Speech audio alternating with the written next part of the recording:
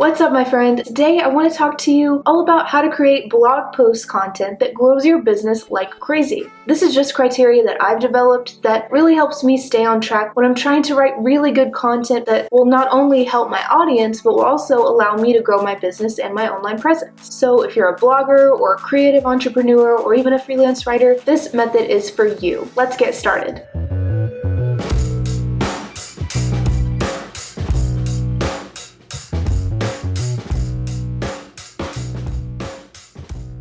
So the SPACE method basically covers the top 5 things you want to be thinking about when you're trying to write some of the best blog content in your industry. First, you want to be specific. You have to know who your ideal reader is and tailor your content to that specific type of reader. And be specific in the topic you choose too. When you're super clear on who your target reader is, you can tailor all the content to really fit their needs and therefore make it a lot more helpful for the exact problems that they're facing. And when you tailor your topic and your headline to them, that makes those types of readers much more likely to click through and read your content.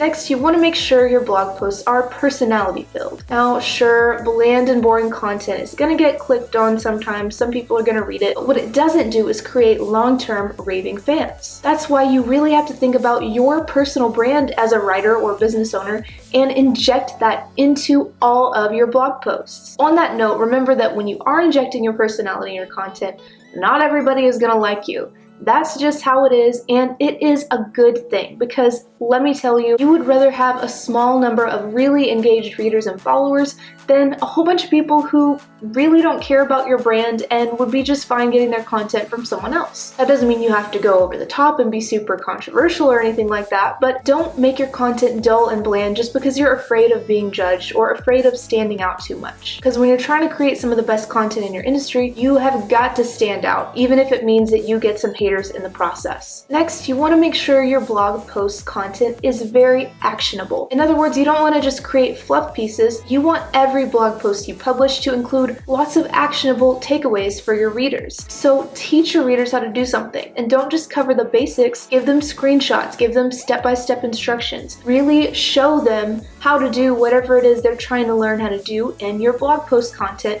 to the point where they don't need to click off to someone else's website to fill in the gaps and learn what they want to learn. Anytime you're done writing a blog post, I encourage you to read over it one more time and really ask yourself, how can I make this content even more helpful and even more in-depth so that the reader can take action on what they learned right away? Just this simple step can really help you take your content to the next level and help your readers even more. Next, you want your blog post to be comprehensive. Again, you don't want the reader to leave your blog post with a bunch of questions that they can't find the answers to in your post or on your site. You want to have all that information right there for them to read. Most of the time, this means you gotta write long form content. So 1,500, 2,500, 3,500 words and beyond. Now, don't get me wrong, because I'm not telling you to write a bunch of bullshit fluff and stuff your blog posts with a bunch of extra content that really isn't helpful and isn't serving any purpose. You should choose topics that allow for you to create really comprehensive blog posts. Because long form content, if it's comprehensive and it's written the right way, tends to get better results. Next, you want your blog posts to be evergreen. Now, this just means that the content is still going to be relevant much later on. In other words, it doesn't really include